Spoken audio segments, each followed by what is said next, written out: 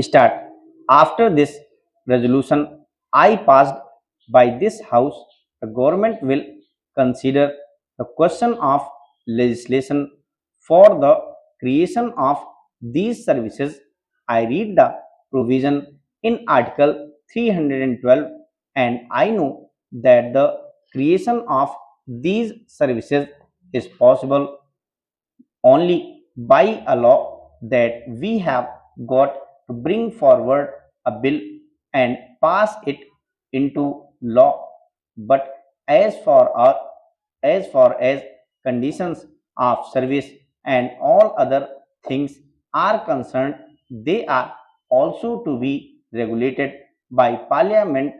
Therefore my suggestion is that these things should be determined by rules made under the proposed act, and the authority to make the rules should be delegated in the government in that respect, so that after everything has been gone into a proper decision is made, both in regard to the conditions of service and also the proportion for recruitment, for direct recruitment and by promotion.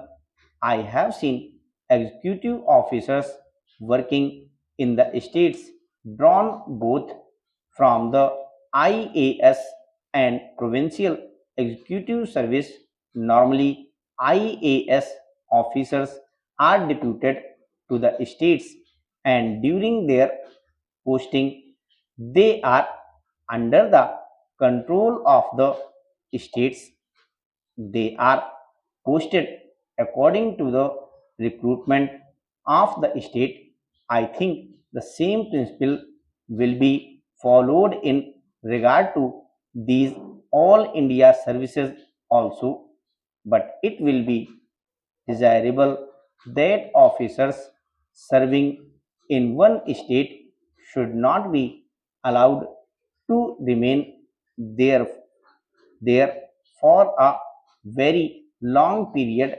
They should be taken back from the state and given to another state, or they may be allowed to work in the center. But as far as the administrative control of these officers is concerned, that will be with the states. But at the same time, because they are all India officers, all disciplinary proceedings and action taken in consequence thereof is to be taken by the central government in consultation with the Union Public Service Commission. There is one thing more, and that is this: although these officers will be serving in the states and will really a certain extent replace the present state officers, still I feel that additional expenditure on administration will be necessary. To think that it will not involve any additional expenditure is, I think, not a correct notion. The finance of the states being what they are, all the elastic resources are with us at the center. It is not possible for the states to bear any further burden.